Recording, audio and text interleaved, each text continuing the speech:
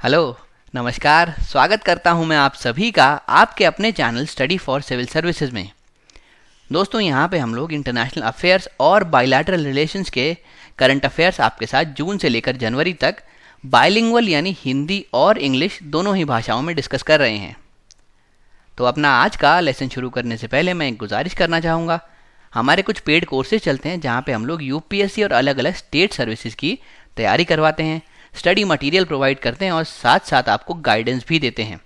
तो अगर इस बारे में आपको कोई भी जानकारी चाहिए हो तो दिए गए दो में से किसी भी नंबर पर कॉल करें, हम आपकी अवश्य सहायता करेंगे। जो हमारा आज का पहला टॉपिक है उसमें हम लोग भारत और दक्षिण कोरिया के संबंधों के बारे में पढ़ेंगे। जहाँ तक कि रिलेशनशिप की बात है तो दोस्तों, इंडिया और साउथ कोरिया में अगर मैं इकोनॉमिक रिलेशनशिप की बात करूँ या फिर आर्थिक संबंधों की बात करूँ तो ये लगातार समय के साथ मजबूत होते गए हैं। दो सेक्टर्स हैं जिसने इकोनॉमिक रिलेशंस को बढ़ाने में बहुत बड़ा योगदान निभाया है। पहला इलेक्ट्रॉनिक सेक्टर। इंडिया और साउथ कोरिया के बीच में इलेक्ट्रॉनिक्स का बहुत ज़्यादा व्यापार है और इलेक्ट्रॉनिक्स एक बहुत मजबूत सेक्टर की तरह खड़ा होता है जो इनके रिलेशंस को और मजबूत करता है। और दूसरा ऑटोमोबाइल सेक्टर, ये भी रिलेशंस को मजबूत करने में बहुत इंपॉर्टेंट रोल प्ले करता है। उसके अलावा अगर मैं बात करूं, इकोनॉमिक रिलेशंस को और ज़्यादा मजबूत बनाया गया है एक एग्रीमेंट के तहत, जिसको हम कहते हैं कॉम्प्रिहेंसिव इकोनॉमिक पार्टनरशिप एग्रीमेंट। इसको हम लोग सेपा भी कहते हैं और ये दोनों देशों के बीच में वर्ष 2010 में साइन हुआ था।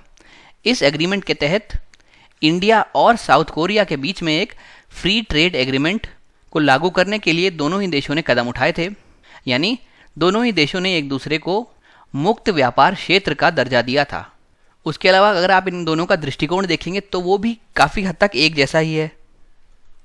भले ही आप बात करें इंडो पैसिफिक जोन को लेके या फिर आप बात करें जो चाइना का एग्रेशन बढ़ता जा रहा है साउथ चाइना सी के आसपास, तो ये हमने बात की इनके आर्थिक संबंधों के बारे में और इनके दृष्टिकोण के बारे में। अब अगर हम लोग डिफेंस की बात करते हैं तो वहाँ पे आपको एक चीज़ याद रखनी है, K9 वज्र आर्टिलरी गन ये इंडियन एयरफोर्स में इंडक्ट की गई थी। तो ये जो है इसको मैन्युफैक्चर कहाँ किया जाता है? इसको मैन्युफैक्चर किया जाता है दक्षिण कोरिया में और जो इसका मैन्युफैक्चरर है उसका नाम है सैमसंग टेक्विन। उसके अलावा भारत ने दक्षिण कोरिया के साथ कई सारे शिप बिल्डिंग एग्रीमेंट्स भी किए हैं। इसके तहत शिप्स यानी कि जहाज़ बनाने में दोनों ही देश एक दूसरे का समर्थन करेंगे, एक दूसरे का सहयोग करेंगे। अब ये मुद्दा न्यूज़ में इसीलिए है क्योंकि अभी फ़िलहाल में भारत के डिफेंस मिनिस्टर सियोल में विजिट करे हैं। तो यहाँ पे आपको याद रखना है, सियोल अगर आपसे पूछा जाए कहाँ पे है तो वो दक्षिण कोरिया में है। तो जो हमारे डिफेंस मिनिस्टर है उन्होंने सियोल विजिट किया और उसी के तहत भारत और दक्षिण कोरिया के बीच में बहुत सारे मिलिट्री लॉजिस्टिक एग्रीमेंट साइन हुए। जिसके तहत अगर मैं लॉजिस्टिक्स की बात करूँ तो इस एग्रीमेंट में दोनों ही देशों की नौसेनाओं को एक दूसरे का सपोर्ट मिलेगा लॉजिस्टिक्स के फील्ड में। अगर इंडिया कभी भी इंडो पैसिफिक जोन में ऑपरेट करता है और उसके पास किसी भी तरीके से लॉजिस्टिक की कोई कमी आ जाती है तो यहाँ पे साउथ कोरिया आगे बढ़ के इंडिया की हेल्प करेगा। उसके अलावा यहाँ पे हमारे डिफेंस रिलेशन को और आगे ले जाने के ऊपर भी बातचीत की गई। और वो कैसे होगा? अगर हम लोग लैंड पे, एयर में और नेवीज़ में सब में कोऑपरेट करेंगे, रिसर्च एंड डेवलपमेंट को बढ़ाएंगे और दोनों ही देश साथ में कोऑपरेट करके रिसर्च एंड डेवलपमेंट पे काम करेंगे। और उसके अलावा जो भी डिफेंस के इक्विपमेंट है उनमें हम लोग को प्रोडक्शन पे ध्यान देंगे। तो इसी सब को देखते हुए हम लोग अपने डिफेंस रिलेशन को और ज़्यादा मजबूत कर सकते हैं। मैंने आपको डिफेंस रिलेशन में यहाँ पे एक वज्र नाम की गन बताई थी। तो इस तरीके के एग्जाम्पल आप अगर आंसर में ज़रूरत पड़ने पर इस्तेमाल कर रहे हैं तो उससे आपके आंसर को बहुत ज़्यादा मजबूती मिलती है। तो आप ध्यान रखें, जब भी आप मेंस का कोई आंसर लिखें इस तरीके के एग्जाम्पल ज़रूर कोट करें। और उसके अलावा जब भी आप आंसर लिख रहे हैं तो किसी भी दो स्टेट कंट्रीज़ के बीच में अगर आपको उनके रिलेशनशिप को एनालाइज करना है तो आप इसको छोटे छोटे पार्ट्स में तोड़ दें। जैसे मैंने आपको पहले बताया आर्थिक संबंध कैसे हैं हमारे, फिर उसके बाद मैंने आपको बताया रक्षा संबंध कैसे हैं यानी कि डिफेंस रिलेशंस कैसे हैं। उसके अलावा अगर आपको और कोई रिलेशंस के बारे में मालूम हो, जैसे यहाँ पे लॉजिस्टिक्स की बात हो रही है तो आप लॉजिस्टिक मेंशन कर सकते हैं। तो इसीलिए आप आंसर को छोटे छोटे भागों में तोड़ दें। इससे ऐसा लगता है कि आपकी जो अप्रोच है वो काफ़ी ज़्यादा बढ़ गई है। एक ही मुद्दे को पकड़ के उसकी डेप्थ में ना जाने के बजाय आप बहुत सारे मुद्दे उसमें इंक्लूड करें, चीज़ों को एक साथ लिंक करके दिखाएं, तो उससे आपका आंसर और ज़्यादा इंप्रेसिव बनता है। और भारत ने इस बात पे जोर दिया है कि साउथ कोरिया की जो पॉलिसी है नई, जिसको न्यू सदर्न पॉलिसी के नाम से जाना जाता है, और जो भारत की पॉलिसी है एक्ट ईस्ट पॉलिसी, ये एक दूसरे को मजबूती प्रदान करेंगे और एक दूसरे को कॉम्प्लीमेंट करेंगे। तो देखिए दोस्तों, ये जो साउथ कोरिया है इसकी जो पॉलिसी है उसका नाम है न्यू सदर्न पॉलिसी, और भारत की पॉलिसी का नाम है लुक ईस्ट पॉलिसी, या फिर अब वो हो चुकी है एक्ट ईस्ट पॉलिसी। तो इस पॉलिसी के तहत जो दक्षिण कोरिया है वो भारत के साथ संबंध बेहतर करने पर जोर दे रहा है। हमारी एक्ट ईस्ट पॉलिसी के तहत हम लोग जो ईस्टर्न कंट्रीज़ हैं उनके साथ बेहतर संबंध डेवलप करने की कोशिश कर रहे हैं। तो दोनों पॉलिसीज़ का एम एक ही है, तो इसी के तहत ये लोग जो इस पॉलिसी पे काम करेंगे, तो ये पॉलिसी दोनों ही देशों के संबंध को मजबूत बनाने में बहुत बड़ा योगदान देगी। अब दोस्तों हम चलते हैं अपने अगले टॉपिक की ओर। यहाँ पे ऑर्गेनाइजेशन ऑफ इस्लामिक कोऑपरेशन की बात की जा रही है। ये जो संस्था है इसने भारत सरकार को बोला है कि कश्मीर पे जो अनुच्छेद 370 के तहत कार्रवाई की गई है उसको रद्द किया जाना चाहिए। तो यहाँ पे 2-3 चीज़ें आपके लिए इंपॉर्टेंट है। पहले तो ये संस्था क्या है, इसमें भारत का स्टेटस क्या है, और इसने कार्रवाई रद्द करने को क्यों कहा है। तो अगर दोस्तों मैं इस ऑर्गेनाइजेशन ऑफ इस्लामिक कोऑपरेशन की बात करूं या फिर इस्लामिक सहयोग संगठन की बात करूं, तो इसको 1969 में स्थापित किया गया था रबात समिट के तहत। ये बेसिकली एक अंतर्राष्ट्रीय ऑर्गेनाइजेशन है जिसके तहत जितने भी इस्लामिक कंट्रीज़ हैं पूरे विश्व में उन सबको एक साथ लाया जाता है। इम्पॉर्टेंट बात यह है कि अगर आप संयुक्त राष्ट्र के बाद देखेंगे तो सबसे बड़ी अगर कोई संस्था है, कोई ऑर्गेनाइजेशन है, कोई सहयोग संगठन है तो वो OIC ही है, यानी इस्लामिक सहयोग संगठन संयुक्त राष्ट्र के बाद दूसरा सबसे बड़ा अंतर सरकारी संगठन है जिसमें 57 मेंबर्स शामिल हैं। इसके सदस्य टोटल 57 मेंबर्स हैं, और अगर 57 में से आप देखेंगे तो 40 हैं, करीब 40 मेंबर ऐसे कंट्रीज़ हैं जहाँ पे मुस्लिम डोमिनेशन है, और ये टोटल 57 मेंबर्स हैं जो ये अलग अलग 4 महाद्वीपों में स्प्रेड होते हैं। अब बात करते हैं ये संगठन बना क्यों है। तो बेसिकली इसका एम है, पहले तो पूरे विश्व में जहाँ जहाँ मुसलमानों के खिलाफ एट्रॉसिटीज़ कमिट हो रही हैं, जहाँ जहाँ उन पर अत्याचार हो रहे हैं, वहाँ वहाँ उनको बचाया जा सके, और उसके अलावा विश्व में शांति की स्थापना करी जा सके। इसका हेडक्वार्टर्स है जेद्दा में, जो कि सऊदी अरेबिया में पड़ता है। तो ये इंपॉर्टेंट पॉइंट है, इसको ध्यान रखें। इसमें कई सारे मेंबर्स हैं, लेकिन हमको याद रखने वाली बात यह है कि पाकिस्तान जो है वो इसके फाउंडिंग मेंबर के तौर पे अपनी जगह पाता है। और अगर जहाँ तक बात करें हम भारत की, हालांकि पूरे विश्व में सेकंड लार्जेस्ट मेजॉरिटी में अगर कहीं मुसलमान हैं तो वो भारत में है, लेकिन फिर भी भारत इसका मेंबर नहीं है। तो ये इंपॉर्टेंट पॉइंट है, एग्जाम में आपसे भारत के रिस्पेक्ट में ज़रूर पूछा जाता है। ये आपको याद रखना है कि ये जो संगठन है इस्लामिक सहयोग संगठन, इसमें भारत मेंबर नहीं है, क्योंकि अगर हम सोचें तो हमको लगेगा यार भारत में तो सेकंड लार्जेस्ट मुसलमानों की पॉपुलेशन बसती है पूरे विश्व में, तो इस हिसाब से भारत को भी होना चाहिए, लेकिन याद रखना भारत इसका मेंबर नहीं है, और पाकिस्तान इसका फाउंडिंग मेंबर है, यानी संस्थापक सदस्य है। यहाँ पे लोगों का ये कहना है, जो क्रिटिक्स हैं, जो एक्सपर्ट्स हैं, उनका ये कहना है कि भारत इसमें अभी तक शामिल नहीं हो पाया क्योंकि जो पाकिस्तान है वो इसमें बहुत ज़्यादा डोमिनेंट पोजीशन रखता है। तो इसी के तहत पाकिस्तान ने भारत को इसका हिस्सा बनने से रोका है, और साथ साथ इस ऑर्गेनाइजेशन को ज़्यादातर भारत के ही खिलाफ इस्तेमाल किया है। जैसे कि अगर हम लोग कश्मीर की बात करें तो अभी भी कश्मीर में जो 370 धारा को हटाया गया है, उसके बाद भी देखिए OIC का यहाँ पे स्टेटमेंट आया है। उसके अलावा भी शुरुआत से जो कश्मीर में माहौल बना हुआ है उस पर हमेशा इस ऑर्गेनाइजेशन ने भारत को ही दोषी ठहराया है।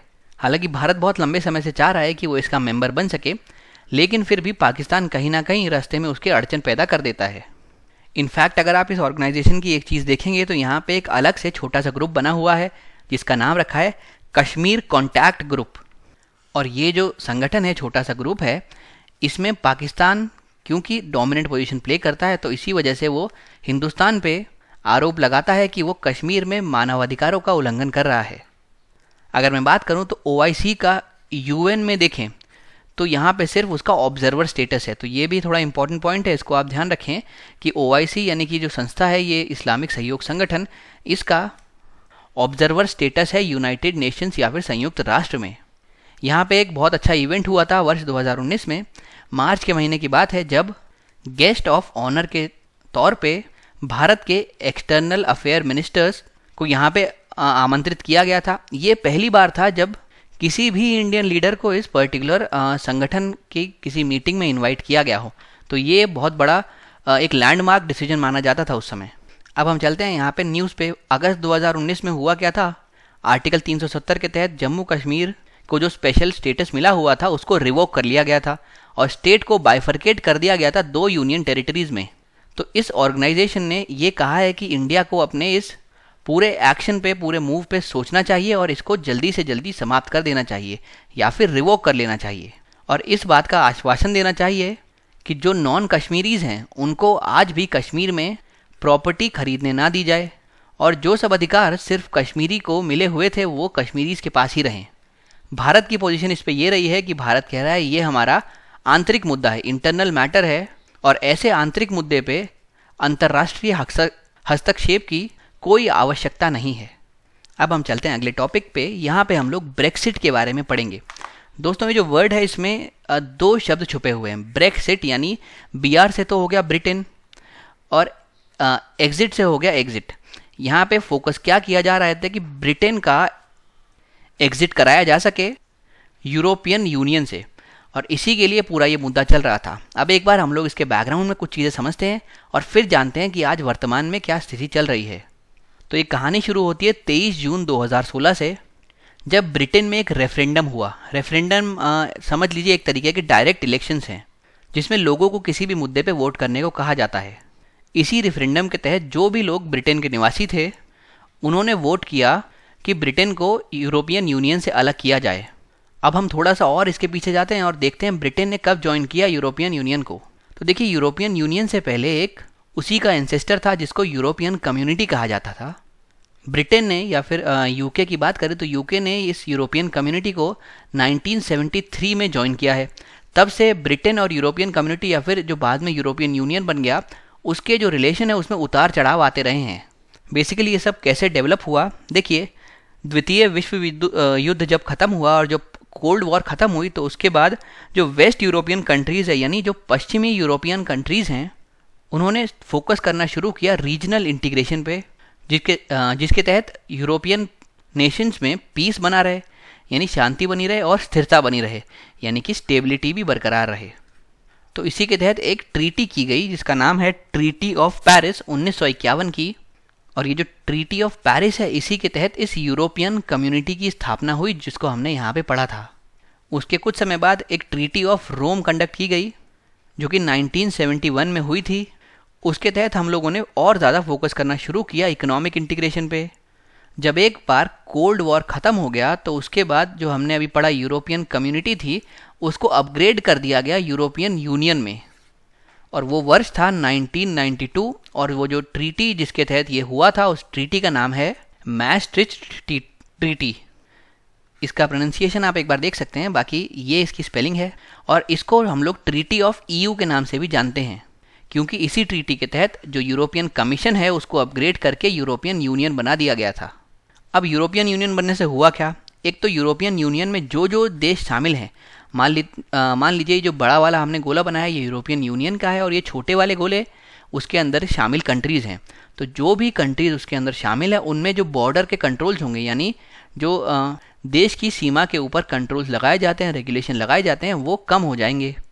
इन सभी कंट्रीज़ का जो मार्केट है उसको हम एक मार्केट की तरह देखेंगे यानी पूरे जो मार्केट है उसका इंटीग्रेशन हो जाएगा।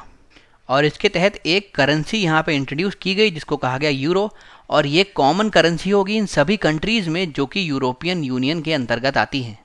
तो ये तो हमने देखा यूरोपियन कमीशन किस तरीके से कन्वर्ट हुई यूरोपियन यूनियन में और यूरोपियन यूनियन का क्या पुराना अस्तित्व रहा है, क्या इसकी हिस्ट्री रही है। अब हम देखते हैं ब्रिटेन का यहाँ पे रोल कहाँ रहा है। लेकिन जो हमने देखा था कि एक कॉमन मार्केट बना, एक कॉमन करेंसी बनी, उसके तहत कई सारे नेशंस, कई सारी कंट्रीज़ इस तरीके का माइंडसेट डेवलप करने लगे कि भाई हमारी जो सॉवरेनिटी है उसको कॉम्प्रोमाइज़ किया जा रहा है, हमारी स्वतंत्रता को कॉम्प्रोमाइज़ किया जा रहा है। और इसी के तहत एक मूवमेंट शुरू किया गया। उसके तहत ये बताया गया कि भाई जो यूके है या फिर जो ब्रिटेन है वो यूरोपियन यूनियन को बहुत ज़्यादा देता है, बहुत ज़्यादा उसमें कंट्रीब्यूट करता है हर एक तरीके से, लेकिन यूरोपियन यूनियन वापस रिटर्न में यूके को बहुत कम देता है। और साथ साथ जो यूके है उसकी सॉवरेनिटी या फिर उसकी स्वतंत्रता को भी कॉम्प्रोमाइज़ किया जाता है। इस तरीके के जो आंदोलन थे ये धीरे धीरे करके ज़ोर पकड़ते चले गए। तब 2016 में ब्रिटेन में डेविड कैमरून की सरकार थी और इतने प्रेशर के चलते उन्होंने रेफरेंडम कराया और रेफरेंडम में ये पूछा गया कि भाई आप बताइए कि हमको यूरोपियन यूनियन छोड़ देना चाहिए या फिर यूरोपियन यूनियन के साथ बने रहना चाहिए। तो जब रेफरेंडम का रिजल्ट सामने आया तो ज़्यादातर लोगों ने वोट किए थे कि ब्रिटेन को ईयू से एग्जिट कर लेना चाहिए, ईयू से बाहर निकल जाना चाहिए। अब अगर यहाँ पे मैं आपके साथ यूरोपियन यूनियन की बात करूँ तो करंटली यूरोपियन यूनियन को लिस्बन ट्रीटी के तहत गवर्न किया जाता है, जो कि 2007 में साइन की गई थी। इसी ट्रीटी को अभी यूरोपियन यूनियन के संविधान के तौर पे देखा जाता है। और ये जो ट्रीटी थी इसने maastricht ट्रीटी को रिप्लेस कर लिया था, यानी जो ट्रीटी ऑफ आपने ईयू पढ़ी थी अभी थोड़ी देर पहले, उसको लिस्बन ट्रीटी ने रिप्लेस कर लिया। और अब लिस्बन ट्रीटी के द्वारा ही ईयू का पूरी तरीके से गवर्नेंस चलती है और इसी को ईयू का संविधान भी कहा जाता है। तो जो यूनाइटेड किंगडम है या फिर जो ब्रिटेन है उसने आर्टिकल 50 को इन्वोक कर दिया इस पर्टिकुलर ट्रीटी के 29 मार्च 2017 को। तो ये जो अनुच्छेद 50 है ये क्या कहता है, ये राष्ट्र को 2 वर्ष की समय सीमा देता है और इस 2 वर्ष में वो कहता है कि भाई आप एक डील तैयार करो। उस डील में ये चीज़ मेंशन होनी चाहिए किस तरीके से आप यूरोपियन यूनियन को छोड़ेंगे, किस तरीके से आप उसको क्विट करेंगे। तो इस डील के अनुसार अगर 2 साल का आप टाइम पीरियड माने तो यानी 29 मार्च 2019 को डेडलाइन आने वाली थी जब तक एक डील तैयार करनी है जिससे कि जो ब्रिटेन है वो यूरोपियन यूनियन को छोड़ देगा। देखिए जो डील होगी ये दोनों को ही अप्रूव करनी पड़ेगी, यानी कि अगर आप ब्रिटिश की पार्लियामेंट की बात करें और यूरोपियन यूनियन की बात करें तो दोनों को इसको अप्रूव करना पड़ेगा। अगर दोनों लोग इसको अप्रूव करते हैं तभी वहाँ से ब्रिटेन का सॉफ्ट एग्जिट हो पाएगा। सॉफ्ट एग्जिट से क्या मतलब है, यानी इस तरीके का एग्जिट होगा जो कि ना तो यूनाइटेड किंगडम की इकोनॉमी को ज़्यादा नुकसान पहुंचाए, ना ही यूरोपियन यूनियन की अर्थव्यवस्था को ज़्यादा नुकसान पहुंचाए। तो ये जो पूरी यानी कि ट्रीटी है इसको नेगोशिएटेड होना चाहिए, सभी लोग इस पर राज़ी होने चाहिए, तभी उसका सॉफ्ट एग्जिट होगा। अगर कोई भी एक व्यक्ति राज़ी नहीं हुआ तो फिर यहाँ पे हार्ड एग्जिट होगा। हार्ड एग्जिट का तात्पर्य ये है कि फिर उसके बाद ज़ोर ज़बरदस्ती के टर्म्स पे सब कुछ अलाउ करके एग्जिट किया जाएगा, जिसके तहत यूके भी सफ़र करेगा और यूरोपियन यूनियन भी सफ़र करेगा। तो बात यह है कि उस समय थेरेसा मे की गवर्नमेंट आई और उन्होंने ब्रिटेन को क्विट करने के लिए यहाँ पे एक डील प्रपोज करना शुरू किया। लेकिन शुरुआत में जो डील है ये हालांकि यूरोपियन यूनियन ने तो अप्रूव कर दी, पर वहाँ की खुद की संसद ने, ब्रिटिश पार्लियामेंट ने इसको रिजेक्ट कर दिया और ऐसा कहा गया कि भाई अगर इस तरीके की डील आप बनाएंगे तो हमारा खुद का इंटरेस्ट नहीं रख पाएंगे। और इसी के तहत जो थेरेसा मे की गवर्नमेंट थी उस पर नो कॉन्फिडेंस मोशन भी चलाया गया। हालांकि नो कॉन्फिडेंस मोशन वो सरकार सरवाइव कर गई और वो उस समय गिरी नहीं। फिर उसके बाद थेरेसा मे को कहा गया आप एक और प्लान बी प्रपोज करें, अगर प्लान बी आपका एक्सेप्ट हो जाता है तो वेल एंड गुड, अगर एक्सेप्ट नहीं होता तो फिर आपको एक डेडलाइन दी जाएगी, यानी ये जो हमारी 29 मार्च 2019 की डेडलाइन थी उसको बढ़ाया जाएगा और उसको बढ़ा के आपको एक और नई डेडलाइन दी जाएगी जिसमें आपको अपनी डील प्रपोज करनी पड़ेगी और उसके आधार पे हम यहाँ पे काम करेंगे। तो बाद में इसके तहत डेडलाइन भी एक्सटेंड की गई थी और अभी न्यूज़ में ये है कि यूरोपियन यूनियन के ब्रिटिश से अलग होने के समझौते पर जो ब्रिटिश का मंत्रिमंडल है उसने हाँ कर दिया है, वो राज़ी हो गया है। जो यूरोपियन यूनियन है इसमें टोटल 28 कंट्रीज़ एक साथ मिलकर इस यूनियन को बनाती हैं। ऐसी उम्मीद की जा रही है कि 31 दिसंबर 2020 तक ये जो पूरी प्रक्रिया है इसको कंप्लीट किया जाएगा और अभी इसके तौर तरीके तय किए जा रहे हैं। अब हम चलते हैं अपने अगले टॉपिक पे। इसमें हम लोग ब्राज़ील और इंडिया के रिलेशन के बारे में पढ़ेंगे। ब्राज़ील अभी एक इम्पॉर्टेंट डिसीजन के बारे में सोच रहा है। वो सोच रहा है कि भारतीयों को बिना वीज़ा ब्राज़ील में प्रवेश करने दिया जाएगा। तो इसके तहत ब्राज़ील एक पॉलिसी पे वर्क कर रहा है जिसमें वो फोकस कर रहा है कि भारतीयों को ज़्यादा तेज़ी से एंट्री दी जा सके कंट्री में, यानी उनको लीगल डॉक्यूमेंट्स और फॉर्मलाइजेशन के चक्कर में ना पड़ने पड़े और उनको सीधे एंट्री दे दी जाए। इससे होगा क्या, भारत और ब्राज़ील के जो लोग हैं उनके बीच में कॉन्टैक्ट जो है वो बढ़ेगा और अल्टीमेटली इससे होगा ये कि ब्राज़ील में फॉरेन इन्वेस्टमेंट भी बढ़ेगा। ब्राज़ील ने इस तरीके की ऑलरेडी कई जगह सुविधा दे रखी है जहाँ पे वीज़ा की ज़रूरत नहीं होती, जैसे यूनाइटेड स्टेट्स ऑफ अमेरिका में, कनाडा में, जापान में और ऑस्ट्रेलिया में। अब ब्राज़ील सोच रहा है यही सुविधा भारतीयों के लिए भी एक्सटेंड की जाए। ये जो ब्राज़ील का डिसीजन है ये अभी अभी उस समय पे आया जब ब्रिक्स की मीटिंग आने ही वाली थी। तो इस तरीके के जो डिसीजन है वो ब्रिक्स में इंडिया और ब्राज़ील के टाइज को मजबूत बनाएगा। उसके अलावा पूरे ब्रिक्स में इंट्रा ब्रिक्स यानी पांचों ही देशों के आपस में संबंध को और मजबूत बनाएगा। अब हम चलते हैं अपने अगले टॉपिक पे। यहाँ पे हम लोग भाषण 4 आइलैंड के बारे में पढ़ेंगे। ये जो द्वीप है ये मेघना रिवर के एक एंड पे फॉर्म हुआ था न्यूज़ में इसीलिए है क्योंकि बांग्लादेश में कुछ कैंप्स लगे हैं। उन कैंप में रहने वाले रिफ्यूजीज़, जो कि सब रोहिंग्या रिफ्यूजीज़ हैं, वो लोग तैयार हो गए हैं कि उनको भूषण 4 आइलैंड में शिफ्ट कर दिया जाए। ये जो भूषण 4 आइलैंड है, ये माफ़ कीजिएगा, भाषण 4 आइलैंड है, ये बे ऑफ बंगाल में यानी बंगाल की खाड़ी में पड़ता है। मेघना रिवर के एक एंड पे है ये। इसको हम लोग थैनगर 4 आइलैंड के नाम से भी जानते हैं। ये फ़िलहाल तो अनइनहेबिटेड है और करीब 30 किलोमीटर हतिया आइलैंड से पूर्वी दिशा में पड़ता है और ये बांग्लादेश के दक्षिण पूर्वी इलाके में पड़ता है। बांग्लादेश चाह रहा है कि जो ओवरक्राउडेड रिफ्यूजी कैंप्स है वहाँ से कम 1 लाख रोहिंग्यास को इस पर्टिकुलर आइलैंड पे शिफ्ट कर दिया जाए। हालांकि कुछ चिंताएं भी हैं, जो कि राइट्स ग्रुप है, जो राइट्स का ध्यान रखते हैं, लोगों के अधिकारों का ध्यान रखते हैं, उन्होंने एक चेतावनी दी है। भाई ये जो आइलैंड है जिसका आप कह रहे हैं भाषण 4 आइलैंड, ये अभी समुद्र से कुछ 10 से 20 साल पहले ही उभरा है और ये वल्नरेबल है बहुत ज़्यादा वायलेंट स्टॉर्म के रिस्पेक्ट में। अगर हम लोग बात करें, यानी इस द्वीप पे बहुत सारे चक्रवात और इस तरीके के स्टॉर्म्स आ सकते हैं।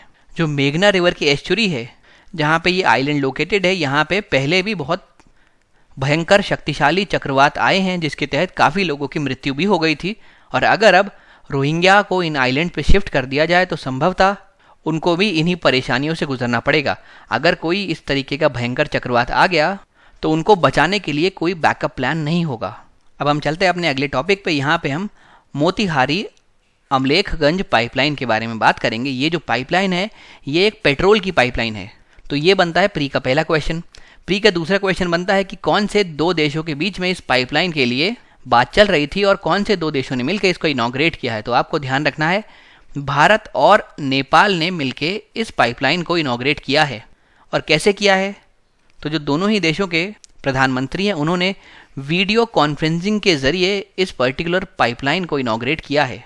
अगर आप पूरे दक्षिण एशिया की बात करें तो ये पहली ऐसी पाइपलाइन है जो क्रॉस बॉर्डर जाती है, यानी कि जो 2 कंट्रीज़ को कवर करती है, नेपाल और इंडिया। इसके अलावा कोई भी ऐसी पेट्रोलियम पाइपलाइन नहीं है पूरे दक्षिण एशिया में जो किसी एक से ज़्यादा कंट्री में लोकेटेड हो। ये जो पाइपलाइन है करीब 69 किलोमीटर्स की होगी। बरौनी रिफाइनरी जो कि बिहार में है, वहाँ से ये अमलेखगंज जो कि नेपाल के दक्षिणी पूर्वी इलाके में है, यहाँ पे पेट्रोल ट्रांसफ़र करेगी। तो इससे होगा क्या, नेपाल में जो ऑयल की समस्या आ रही है और वहाँ पे बहुत ज़्यादा ऑयल स्टोरेज भी नहीं है, तो इन दोनों ही समस्याओं से नेपाल आराम से निपट पाएगा।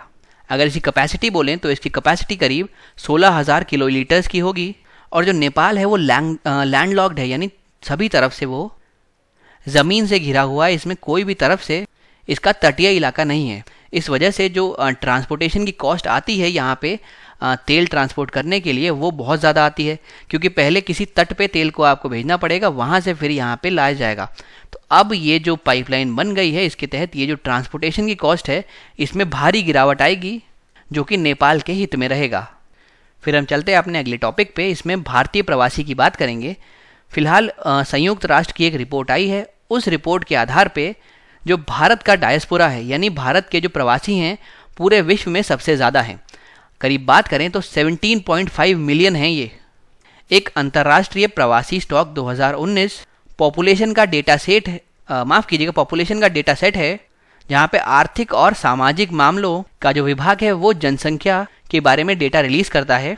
वहीं से इस तरीके के ये फिगर्स प्राप्त हुए हैं। ये लेटेस्ट एस्टिमेट बताता है हमको कि भाई कितने लोग हैं जो इंटरनेशनल माइग्रेंट्स हैं। वो उनको उनके एज, सेक्स, ओरिजिन के आधार पे क्लासिफाई करता है सभी अलग अलग कंट्रीज़ के लिए। अगर 2019 में बात करें पूरे विश्व भर में कितने माइग्रेंट्स हैं तो 272 मिलियन जाता है फिगर। और अगर हम बात करें फर्स्ट कौन सा देश आया है अपने डायस्पोरा के लिए, तो वो है इंडिया। इंडिया के बाद सेकंड पोजीशन अक्वायर की है मेक्सिको ने, जिसके करीब 11.8 मिलियन माइग्रेंट्स हैं। फिर चाइना, रशिया और सीरिया इसी लेवल में है। तो आपको शुरुआत के 2 याद रखने हैं बस यहाँ पे। और अगर हम बात करें कौन सबसे ज़्यादा माइग्रेंट्स को पनाह दे रहा है, कौन उनको होस्ट कर रहा है, कौन उनकी मेज़बानी कर रहा है, तो यूनाइटेड स्टेट्स इस फील्ड में नंबर 1 पे है। वहाँ पे टोटल 51 मिलियन माइग्रेंट्स हैं अलग अलग देशों से। उसके अलावा जर्मनी और सऊदी अरेबिया दोनों मिला के सेकेंड पोजिशन पे हैं और थर्ड पोजिशन पे हैं। ये दोनों ही 13 मिलियन माइग्रेंट्स को पनाह दे रहे हैं। तो जो पूरी रिपोर्ट है ये माइग्रेंट्स के ऊपर ही है और ये बताती है कौन से देश के सबसे ज़्यादा माइग्रेंट्स हैं पूरे विश्व में और कौन उनकी सबसे ज़्यादा मेज़बानी कर रहा है।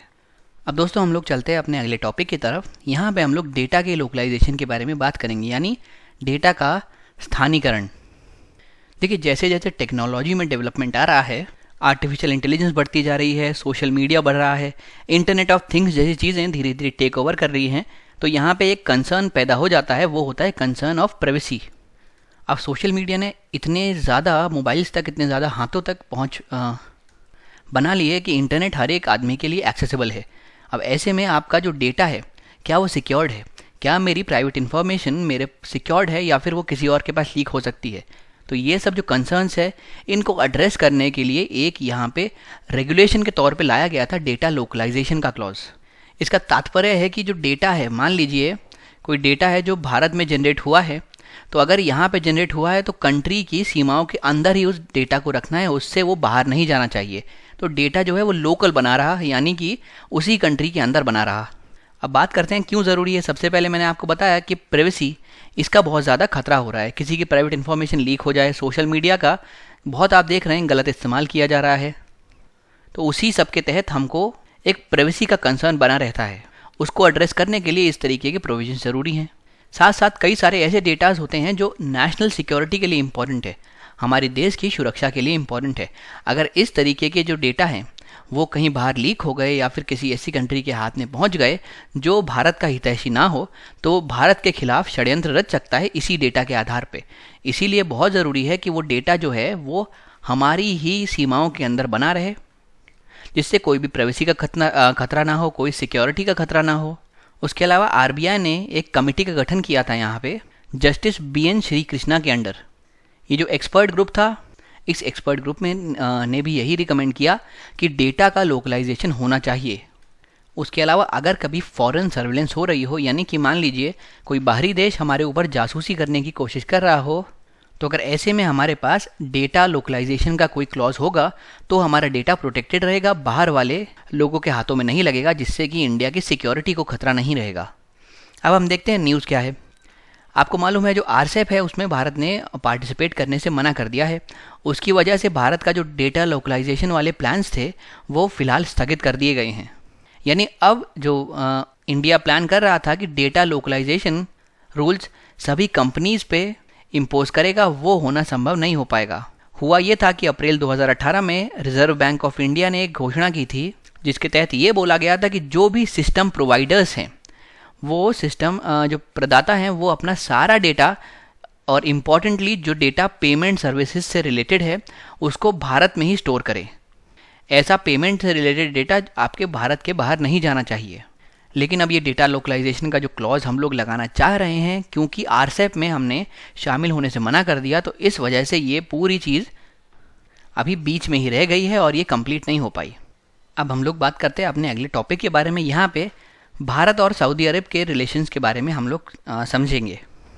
सऊदी अरब के लिए भारत एक हमेशा इम्पॉर्टेंट पार्टनर के तौर पे उभरा है, जो कि उस क्षेत्र में विकास ला सके और स्थिरता ला सके। और अगर हम बात करें तो इन दोनों रिलेशंस की शुरुआत बहुत पुरानी है, एंशिएंट टाइम से बिलोंग करती है, यानी 3rd मिलेनियम BC के आसपास ये पूरे संबंध शुरू हुए थे। जो भारत का लार्जेस्ट एक्सपैट्रिएट है वो सऊदी अरब में ही पाया गया है। उसके अलावा सऊदी अरब के रिस्पेक्ट में हमारी एनर्जी रिलेशंस भी बहुत अच्छे रहे हैं। तो अभी न्यूज़ में इसीलिए है क्योंकि प्रधानमंत्री नरेंद्र मोदी ने सऊदी अरब के टॉप लीडरशिप के साथ अभी फ़िलहाल में वार्ता की है और एक काउंसिल की स्थापना की बात की है। और ये जो काउंसिल है ये मोदी द्वारा हेड की जाएगी और क्राउन प्रिंस जो कि सऊदी अरब के हैं उनके द्वारा हेड की जाएगी। हर 2 साल के अंतराल पे ये मिलेगी। उसके अलावा भारत और सऊदी अरेबिया ने बहुत सारे एग्रीमेंट्स भी यहाँ पे साइन किए हैं, जैसे कि ऑयल एंड गैस के सेक्टर में, डिफेंस के सेक्टर में, सिविल एविएशन के सेक्टर में। जो बायलैटरल ट्रेड है वो 2017-18 के हिसाब से अगर हम देखेंगे तो करीब $27.48 बिलियन पहुंच गया है। सऊदी अरब के लिए भारत एक बहुत बड़े मार्केट की तरह उभरता है। इसी वजह से सऊदी अरब का जो एक्सपोर्ट है, यानी जो उससे माल बाहर जा रहा है भारत की तरफ, वो करीब $22 बिलियन है। लेकिन जो इंडिया से बाहर माल जा रहा है सऊदी अरब में वो सिर्फ $5 बिलियन है। उस पर अभी हमको काम करने की ज़रूरत है। हालांकि ये जो एरिया है यहाँ पे बहुत स्कोप होती है कि यहाँ पे हम लोग अपने रिलेशंस बढ़ा सकें। सऊदी अरब भारत के one of the largest oil suppliers में से एक है, और जो भारत है वो सऊदी अरब में 5th बिगेस्ट इन्वेस्टर के तौर पे उभर के सामने आता है।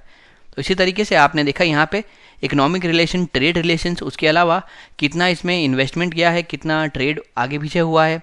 उसके अलावा आपने देखा कौन कौन से सेक्टर्स में भारत और सऊदी अरब आगे जाके अपनी पार्टनरशिप और मजबूत बनाना चाह रहे हैं, और हमने यहाँ एक काउंसिल के बारे में देखा। तो अगर आपके एग्जाम में इस तरीके के क्वेश्चन आए तो इसी तरीके से आप छोटे छोटे भागों में डिवाइड कर लें। इकोनॉमिक रिलेशंस, ट्रेड रिलेशंस, उसके अलावा एडमिनिस्ट्रेटिव लेवल पे क्या रिलेशंस हैं, भारत ने क्या मदद दी है, सऊदी अरब ने भारत को क्या मदद दी है। तो ऐसे 5-6 पॉइंट आपके बन जाएंगे, उससे आपका आंसर बेहतरीन लगेगा। फिर हम चलते हैं अपने अगले टॉपिक की तरफ। यहाँ पे हम लोग सासेप के बारे में पढ़ेंगे। सासेप क्या है?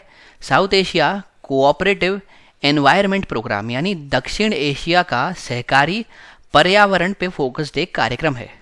देखिए जो पूरा संगठन है ये सबका सब ये पूरा जो कार्यक्रम है ये पूरा पर्यावरण पे फोकस्ड है, यानी कि पर्यावरण के संरक्षण के लिए, उसकी रक्षा के लिए, उसके बेहतर मैनेजमेंट के लिए साउथ एशियन रीजन में, यानी दक्षिण एशियन रीजन में कुछ एक देशों ने मिलकर इस कार्यक्रम की स्थापना की है, जैसे कि अफगानिस्तान, बांग्लादेश, भूटान, भारत, मालदीव्स, नेपाल, पाकिस्तान और श्रीलंका। इसकी स्थापना 1982 में की गई थी, और वो भी श्रीलंका में, जब इन सभी लोगों की बैठक हुई थी। तो यानी श्रीलंका में इसकी स्थापना हुई है। जो यूनाइटेड नेशन एनवायरमेंटल प्रोग्राम है उसका रीजनल सीज प्रोग्राम है एक। उसके हिसाब से हर एक क्षेत्र के कोई ना कोई सेक्रेटेरिएट निर्धारित होने चाहिए, जहां से उस पर्टिकुलर रीजन के समुद्र से जुड़े हुए प्रोग्राम्स को कंट्रोल किया जाएगा। तो जो सासेप है वो सेक्रेटेरिएट की तरह काम करता है। अगर आप दक्षिण एशिया के समुद्र के प्रोग्राम को देखेंगे या फिर सी प्रोग्राम को देखेंगे, जो कि अल्टीमेटली आता है यूनेप के रीजनल सीज प्रोग्राम के अंडर। तो यानी अगर हायरार्की बनाएंगे तो इस तरीके से बनेगी। सबसे पहले तो यूनेप का एक प्रोग्राम है सीज प्रोग्राम, उसके तहत कहा जाता है कि हर एक क्षेत्र में एक सेक्रेटेरिएट स्थापित करना चाहिए, जिससे कि वहाँ के सी प्रोग्राम को अच्छी तरीके से संचालित किया जा सके। तो उसी के तहत एक साउथ एशिया का सी प्रोग्राम है, और इस सी प्रोग्राम को संचालित करने के लिए जो सेक्रेटेरिएट है वो सासेप ही है, यानी सासेप यहाँ पे सेक्रेटेरिएट की तरह काम करता है। भारत ने सासेप के साथ काफ़ी सारे MOU साइन किए हैं, जिससे कि ऑयल और केमिकल पोल्यूशंस को कम किया जा सके साउथ एशियन के सीज से। यानी कि आप देखिए जब भी कोई भी ऑयल स्पिल हो जाता है, या फिर अगर आसान भाषा में बताऊं तो मान लीजिए कोई एक नाव है, ये टैंकर है जो तेल भर के एक जगह से दूसरी जगह जा रहा है। मान लीजिए कोई दुर्घटना हो गई जिसकी वजह से ये जो है इस जहाज़ को क्षति पहुंची है, तो जहाँ से भी ये इसमें थोड़ा लीकेज होगा या टूटेगा, वहाँ से ऑयल जो है मतलब तेल जो है वो निकल के समुद्र में फैलने लगेगा। तो इससे क्या होता है, ऑयल पोल्यूशन कॉज होता है, और जो भी वहाँ पे रहने वाले जीव जंतु हैं उन लोगों के लिए रहने में बड़ी दिक्कत होने लगती है। तो इस तरीके की पोल्यूशन को रोकने के लिए भारत ने MOU साइन किया है सासेप के साथ, और टारगेट रखा गया है इस MOU का साउथ एशियन के सी रीजन। उसके अलावा ऑयल से संबंधित एक हमने यहाँ पे स्कीम भी डेवलप की है, जिससे कि ऑयल स्पिल्स को रोका जा सके। ऑयल स्पिल मैंने आपको बताया कि जो तेल इस तरीके से फैल जाता है समुद्र में। तो सासेप ने इंटरनेशनल मैरीटाइम ऑर्गेनाइजेशन यानी IMO के साथ मिल के एक क्षेत्रीय तेल बिखराव आपात योजना यानी regional oil spill contingency plan की भी स्थापना की है, ताकि बांग्लादेश, भारत, मालदीव्स, पाकिस्तान और श्रीलंका के आसपास के समुद्रों में तेल का प्रदूषण कम किया जा सके। अभी इसकी 15वीं बैठक हुई है बांग्लादेश में, और उसमें भी हम बात करें तो ढाका में। तो ये चीज़ आप ध्यान रखें। अब हम यहाँ पे बात करते हैं भारत और रशिया के बीच में टाइज़ की या फिर उनके रिलेशन की। तो देखिए जब भी भारत और रशिया के बीच में रिलेशंस की बात आती है, कुछ ऐसी चीज़ें हैं जो अपने आप हमारे सामने आ जाती हैं, जिसमें पहला है कुंडनकुलम न्यूक्लियर पावर प्लांट, जो कि तमिलनाडु में स्थित है। इस पावर प्लांट की स्थापना में रशिया ने एक बहुत बड़ा योगदान दिया है। वहीं पे अगर मैं डिफेंस की बात करूं तो S-400 मिसाइल का यहाँ पे जिक्र करना ज़रूरी होगा, जो कि सरफेस टू एयर मिसाइल है, जिसके तहत आप ज़मीन पे रह के कोई अगर आपके क्षेत्र में होस्टाइल प्लेन्स या फिर जेट्स आ रहे हैं जो आपके हिसाब से आपके हित में नहीं है, तो आप उनको यहाँ से शूट कर सकते हैं। तो ये मिसाइल जो है S-400 है, और ये भी भारत और रशिया के बढ़ते रिलेशंस का ही नतीजा है। अब न्यूज़ में ये है कि रशिया के साथ भारत काफ़ी सारे एग्रीमेंट करने की सोच रहा है, जहाँ पे हम लोग जॉइंट वेंचर की तरफ देख रहे हैं, जिससे कि रशियन डिफेंस प्लेटफॉर्म के लिए हम लोग स्पेयर पार्ट्स मैन्युफैक्चर कर पाएँ। ऐसी उम्मीद की जा रही थी कि agreement on reciprocal logistic support eastern economic forum के साथ में साइन किया जाएगा, पर वो उस समय रोक लिया गया। अब हमारे रक्षा मंत्री एक 50 मेंबर के डेलीगेशन के साथ रशिया जाएंगे और साथ मिलके इस बात पे कंक्लूजन निकालने की कोशिश की जाएगी कि किस तरीके से जॉइंट मैन्युफैक्चर किया जा सके स्पेयर्स और कंपोनेंट्स को मेक इन इंडिया के तहत। यानी हम लोग अब कोशिश कर रहे हैं कि इस पूरी चीज़ को मेक इन इंडिया के तहत लाया जा सके। अब दोस्तों हम लोग देखने जा रहे हैं बोलीविया में चलते हुए क्राइसिस के बारे में। इसी क्राइसिस के चलते जो प्रेसिडेंट थे बोलीविया के, ईवो मोरालेस, उन्होंने फ़िलहाल में इस्तीफ़ा दे दिया है और वो अपना देश छोड़ के बाहर निकल गए हैं। मिस्टर मोरालेस के बारे में अगर मैं आपको बताऊं तो ये बोलीविया के फर्स्ट इंडिजीनियस प्रेसिडेंट थे और ये वर्ष 2006 में पावर में आए थे। उस समय एक पिंक टाइड नाम का मूवमेंट चल रहा था, उसी के चलते ये पावर में आए थे। हालांकि काफ़ी समय तक इन्होंने बहुत ही स्टेबल बोलीविया पे शासन किया, लेकिन जब वो अपने चौथे टर्म में वापस आ रहे थे कॉन्जिक्यूटिवली, जो कि 2019 की बात है, तब यहाँ पे संकट की शुरुआत हुई और सोशलिज्म पार्टी ने एक मूवमेंट की यहाँ पे शुरुआत की। तो करीब ये 14 साल तक पावर में रहे, जिस दौरान इन्होंने कई अच्छे काम भी किए। देखिए, जब ये पावर में आए थे तो इन्होंने प्रॉमिस किया था कि हम पूरे देश का आर्थिक विकास करेंगे और जो वेल्थ है यानी संपत्ति है उसका इक्विटेबल डिस्ट्रीब्यूशन करवाएंगे, जिसके तहत गरीबी को कम करेंगे। इनका जो ट्रैक रिकॉर्ड रहा है वो भी काफ़ी अच्छा रहा है। इनके अंडर बोलीविया में जो एक्सट्रीम पॉवर्टी थी, यानी बहुत भयंकर तरीके से जो गरीबी पाई जाती थी, उसमें काफ़ी ड्रास्टिक ड्रॉप आया था, जो कि 2006 में करीब 33% काउंट की गई थी। 2018 तक आते आते मात्र 15% ही रह गई। तो आप देख रहे हैं आधे से ज़्यादा इसमें ड्रॉप आ गया था। जो उनकी सरकार है उसने पब्लिक इन्वेस्टमेंट बढ़ा दिए थे और जो इकोनॉमी है, जो अर्थव्यवस्था है, वो एक स्टेडी रेट पे ग्रो होना शुरू हो गई थी। यानी इकोनॉमी एक स्टेडी रेट पे बढ़ ही रही थी, कम नहीं हो रही थी। हालांकि इनके टर्म में बहुत सारी राजनीतिक समस्याएं उनके रास्ते में रुकावट बनती चली गईं। उनके ऊपर चुनावी धोखाधड़ी के आरोप लगे, जिसके तहत बोलीविया में हंगामा मच गया। जो ये एवो मोरालेस थे, ये बेसिकली लेफ्ट विंग पॉलिटिक्स से बिलोंग करते थे और जैसे कि मैंने आपको पहला बताया है कि ये डेमोक्रेटिकली इलेक्टेड लीडर थे, लेकिन उसके बाद भी इनके खिलाफ इतने आंदोलन हुए कि ये अपना शहर छोड़ के इस्तीफ़ा दे गए और साथ में मेक्सिको में जाके इन्होंने असाइलम लिया। जो बोलीविया है, जहाँ के ये प्रेसिडेंट रह चुके हैं, ये एक लैंडलॉक कंट्री है। अगर आप यहाँ पे देखेंगे तो देखिए, ये दक्षिण अमेरिका का मैप है। यहाँ पे बोलीविया इस तरीके से पड़ता है। ये लैंडलॉक्ड कंट्री है। दक्षिण अमेरिका में ऐसी 2 कंट्रीज है जो कि लैंडलॉक्ड है। जो पहली है बोलीविया और दूसरी है पैराग्वे। लापाज जो है वो बोलीविया की कैपिटल है। अब यहाँ तक सब कुछ सही चल रहा था, लेकिन बात ये हुई कि जो ईवो मोरालेस हैं, इन्होंने तब इनके खिलाफ प्रोटेस्ट शुरू हुए जब इन्होंने संविधान के साथ छेड़छाड़ करने की कोशिश की। बेसिकली हुआ ये था, जो वहाँ का संविधान है वो एक प्रेसिडेंट के लिए 4 टर्म्स की मैक्सिमम लिमिट सेट करता है, यानी सिर्फ आप 4 टर्म तक राष्ट्रपति रह सकते हैं। पर यहाँ पे ईवो मोरालेस ने थोड़ी सी छेड़छाड़ करने की कोशिश की और इस टर्म को तोड़ के वापस से उन्होंने राष्ट्रपति इलेक्ट होने की कोशिश की। तो एक तो ये बड़ी समस्या थी। उसके अलावा देखिए, ये जो जब प्रेसिडेंट बने थे, जब राष्ट्रपति बने थे, तो ये वहाँ की जो इंडिजिनस पॉपुलेशन थी, इंडिजिनस ट्राइब थी, वहाँ उनमें से चुन के आए थे। तो ये ऐसे पहले राष्ट्रपति थे जो वहाँ के इंडिजिनस लोगों में चुन के आए थे। लेकिन बाद में इनके टर्म्स में देखा ये गया कि इन्होंने पर्यावरण के संरक्षण के लिए ज़्यादा कुछ नहीं किया। इन्होंने जगह जगह पे माइनिंग के लाइसेंस दे दिए और ये जो इंडिजिनस ट्राइब थी, ये बेसिकली इस पर्यावरण पे ही डिपेंड करती थी अपने डेली नीड्स के लिए। उसी पर्यावरण को जब तबाह करने के लिए ये ज़्यादा से ज़्यादा माइनिंग लाइसेंस देने लगे, तब ये जो इंडिजिनस हैं ये भी इनके खिलाफ हो गए। और अगर आप और इंसिडेंट देखें तो ऐसे काफ़ी सारे इंसिडेंट पाएंगे। जैसे कि 2011 में इन्होंने अमेज़न के जंगलों के बीच से एक हाईवे बनाने की कोशिश की, जिसके तहत बहुत सारा जंगल का जो एरिया है वहाँ के पेड़ काटे जाने थे। तब इनके खिलाफ पहला बड़ा मूवमेंट देखा गया। और अब अगर हम लोग बात करें संविधान के साथ इन्होंने किस तरीके से छेड़छाड़ की है, तो देखिए, सबसे पहले बात करते हैं वर्ष 2009 की। 2009 में इन्होंने खुद ने संविधान में एक नई चीज़ अडॉप्ट की थी। हालांकि आप मानिए उस समय एक पूरा नया कॉन्स्टिट्यूशन ही अडॉप्ट किया गया था और उस कॉन्स्टिट्यूशन में ये कहा गया था कि जो प्रेसिडेंट है उनके लिए 2 टर्म्स फिक्स्ड हैं, यानी 2 बार रूल करने के बाद कोई भी व्यक्ति तीसरी बार राष्ट्रपति नहीं बन सकता। लेकिन फिर उसके बाद कुछ समय बाद वर्ष 2016 में इन्होंने कहा कि भाई ये 2 टर्म की लिमिट जो मैंने यहाँ फिक्स की है इसको मैं हटवाना चाहता हूँ, मुझे बोलीविया के लिए और भी काम करने हैं। तो इसके तहत इन्होंने लोगों का रेफरेंडम कराया।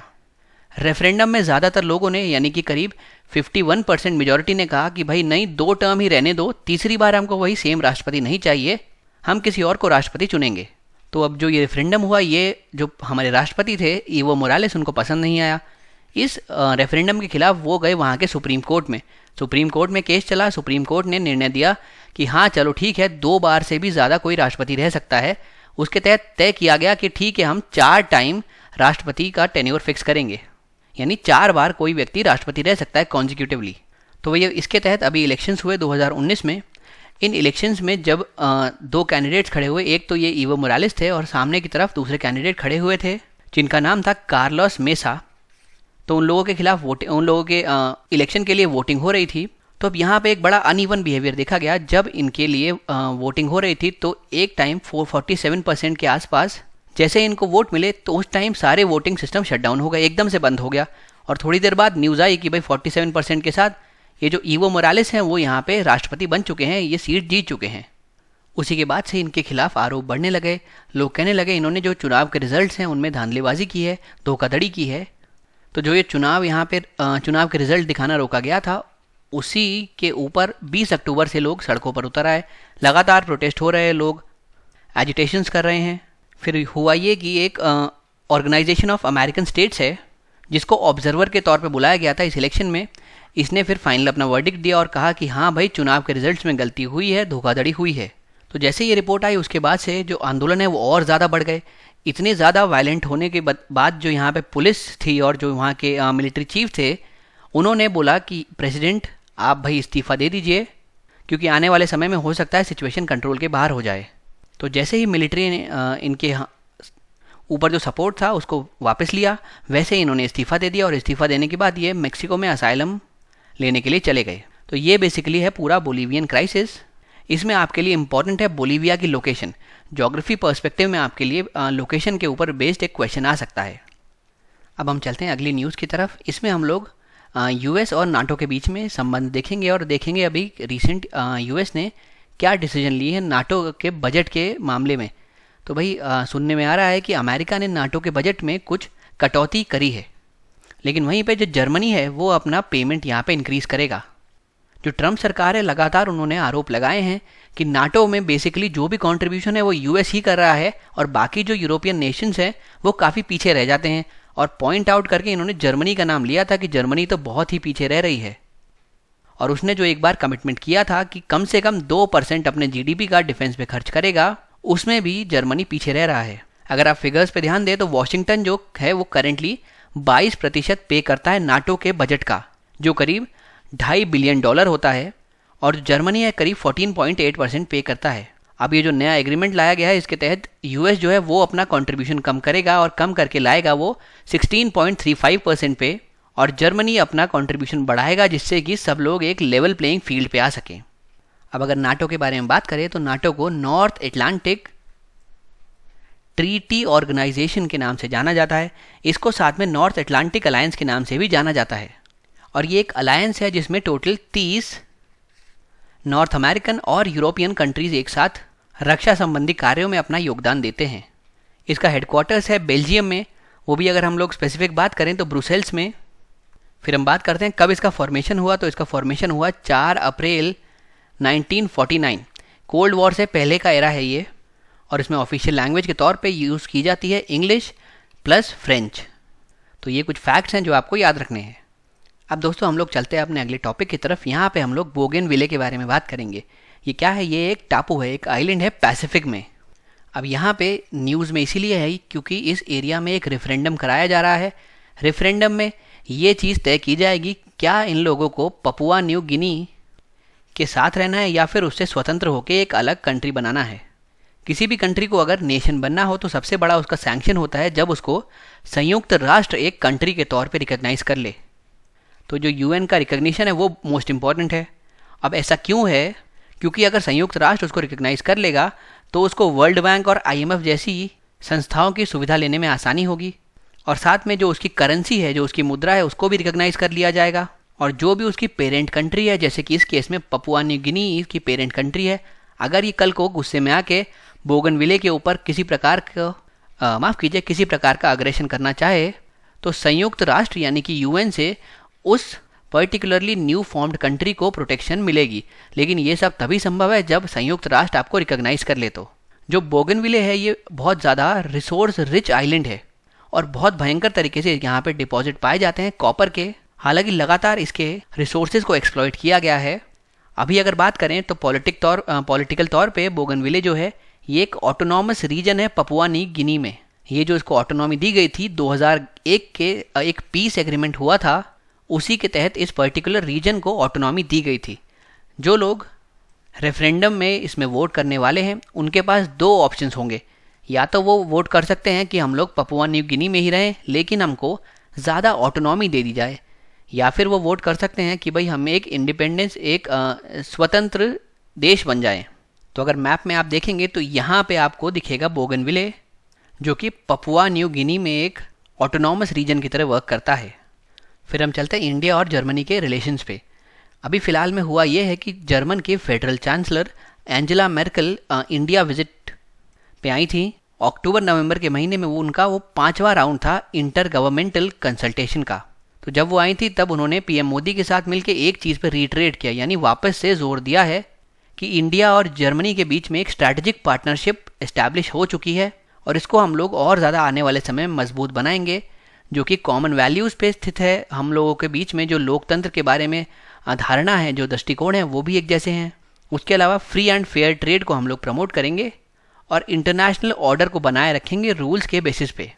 उसके अलावा उन्होंने make in India Mittal stand कार्यक्रम की सफलता का स्वागत किया। साथ में यहाँ पे एक स्टार्टअप एक्सचेंज प्रोग्राम को लॉन्च किया गया जिसका नाम है German Indian startup exchange programme. Basically मेरा तात्पर्य ये पहले लॉन्च किया गया था, उसने अभी जो सफलता प्राप्त की है उसको यहाँ पे एक्नॉलेज किया गया।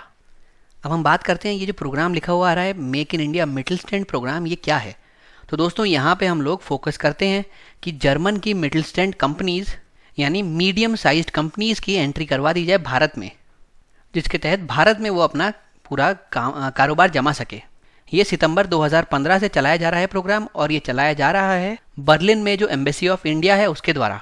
उसके अलावा अभी कई सारे MOUs भी साइन किए गए हैं, जैसे कि इंडिया और जर्मनी पार्टनरशिप करने की सोच रहे हैं ग्रीन अर्बन मोबिलिटी के सेक्टर में। उसके अलावा आर्टिफिशियल इंटेलिजेंस के सेक्टर में भी हम लोग दोनों पार्टनरशिप करके आगे बढ़ने की सोच रहे हैं।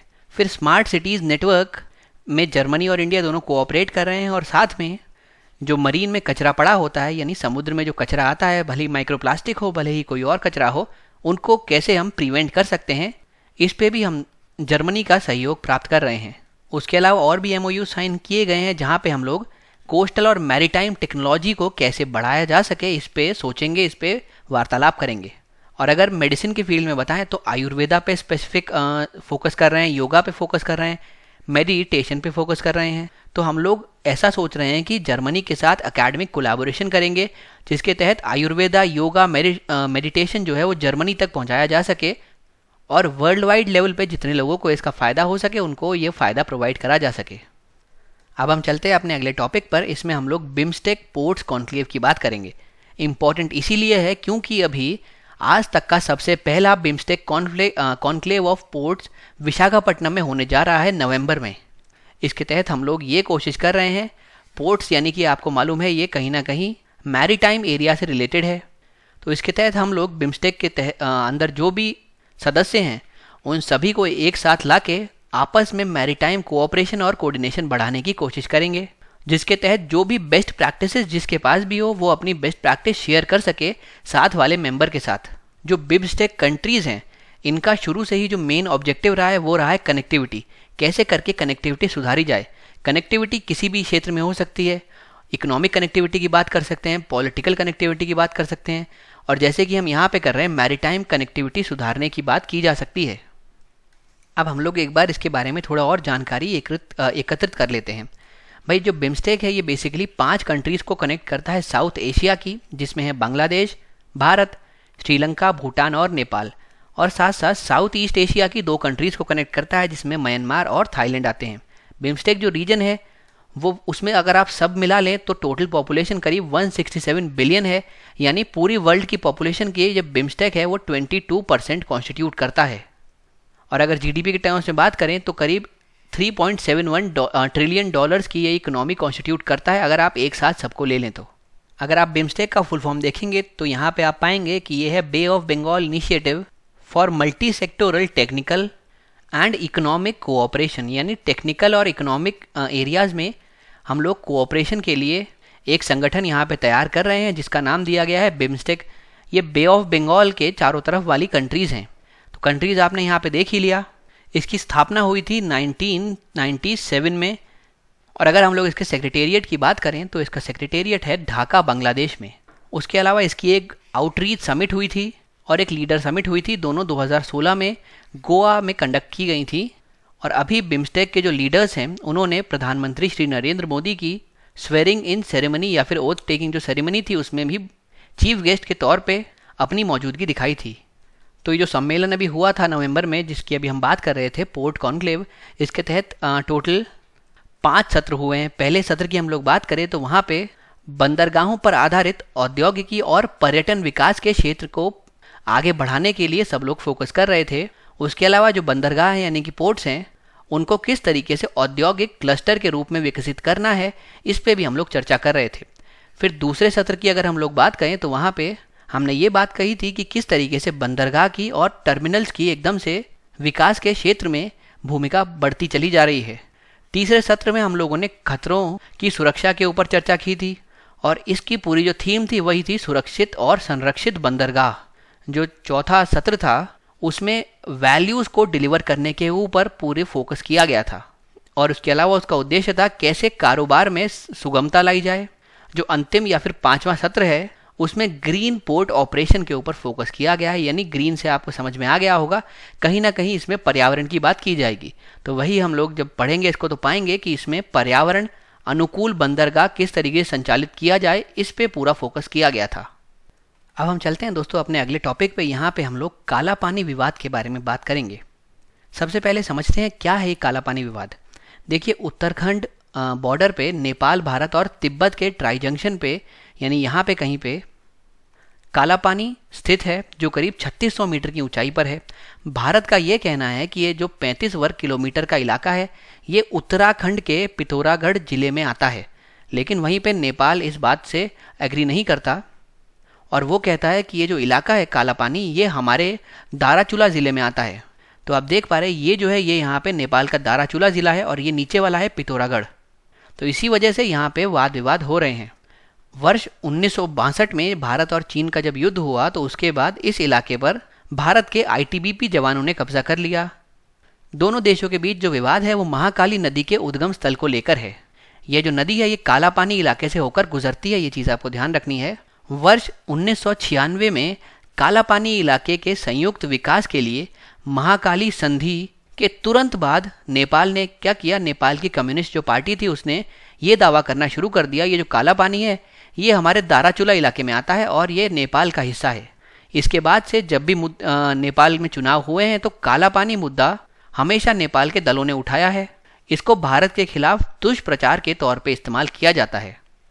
अब ये मुद्दा वापस न्यूज़ में क्यों आया है? अभी अभी भारत ने अपना एक नया पॉलिटिकल मैप रिलीज़ किया है जिसमें जम्मू कश्मीर को उसके नए ऑर्गेनाइजेशन के हिसाब से दिखाया गया है। प्रॉब्लम आई यहाँ पे कि जब वहाँ काला पानी भारत की टेरिटरी के तौर पे दिखाया गया, अब जो नेपाल की सरकार है वो इसके खिलाफ प्रोटेस्ट करने लगी।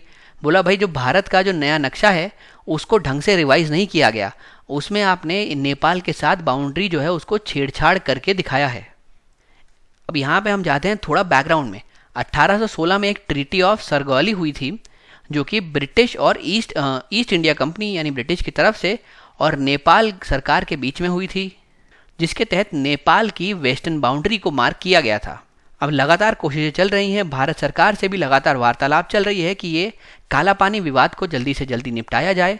अगर हम बात करें तो प्रधानमंत्री अटल बिहारी वाजपेयी जो वर्ष 2000 के आसपास भारत पे शासन कर रहे थे, उन्होंने नेपाल को उस समय आश्वासन दिया था कि भाई ये जो काला पानी विवाद है इसको हम जल्दी से जल्दी निपटाएंगे। फिर उसके बाद जब 2014 वर्ष पे हम लोग आते हैं, यहाँ पे prime minister Narendra Modi Nepal visit पे गए थे। उस समय भी ये मुद्दा उठाया गया था और भारतीय सरकार ने कहा था कि हम जल्दी से जल्दी इस मुद्दे को सॉर्ट आउट करेंगे।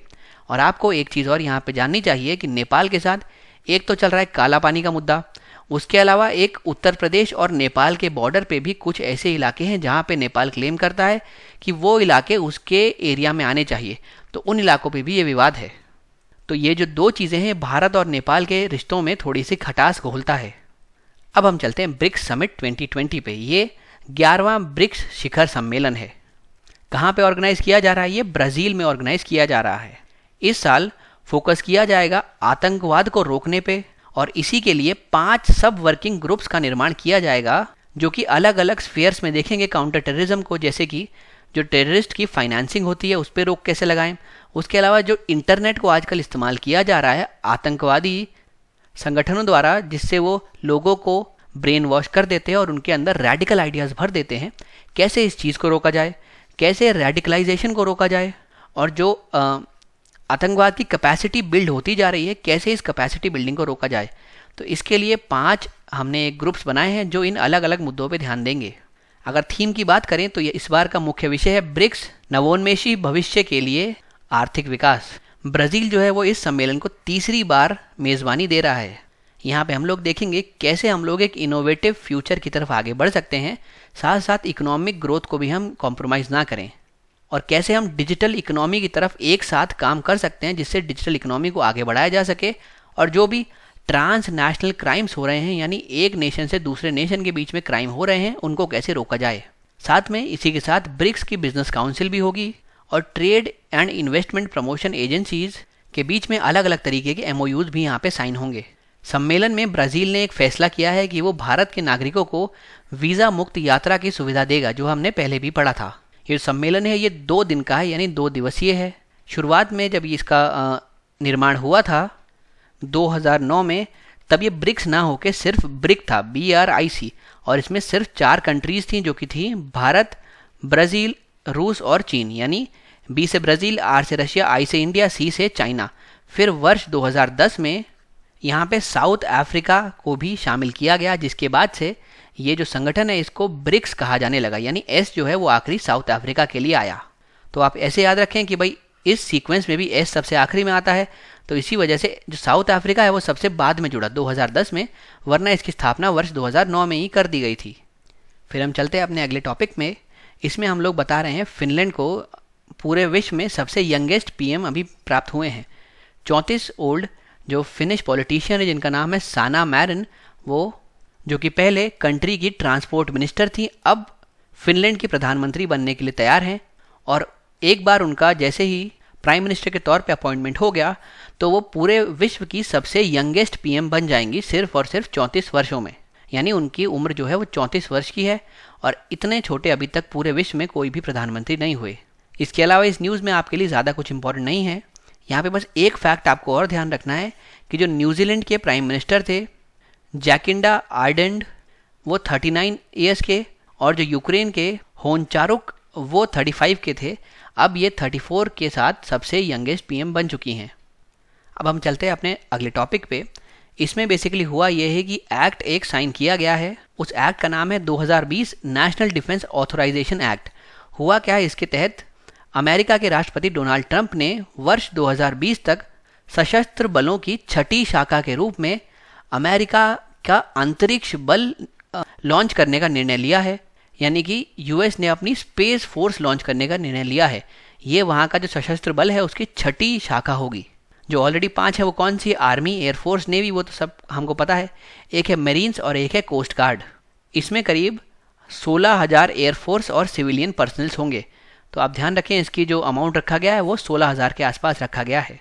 ऐसा कहा जा रहा है कि ये किसी तरीके से किसी ऑर्बिट में ऐसा नहीं है कि ट्रूप्स को प्लेस करेगा, लेकिन जो भी अमेरिका के एसेट्स हैं, जैसे कि बहुत सारी सैटेलाइट्स हैं जो कि कम्युनिकेशन के लिए इस्तेमाल होती हैं, सर्विलेंस के लिए इस्तेमाल होती हैं, उन सभी की रक्षा करने के लिए ये पर्टिकुलर एजेंसी बनाई गई है। चाइना ने US को इस बात पे क्रिटिसाइज़ किया है और कहा है कि US आउटर स्पेस में भी वेपनाइजेशन कर रहा है, यानी वो एक स्पेस वॉर की तरफ बढ़ रहा है। योजना के अनुसार जो अंतरिक्ष बल है इसमें 3 इकाइयाँ होंगी।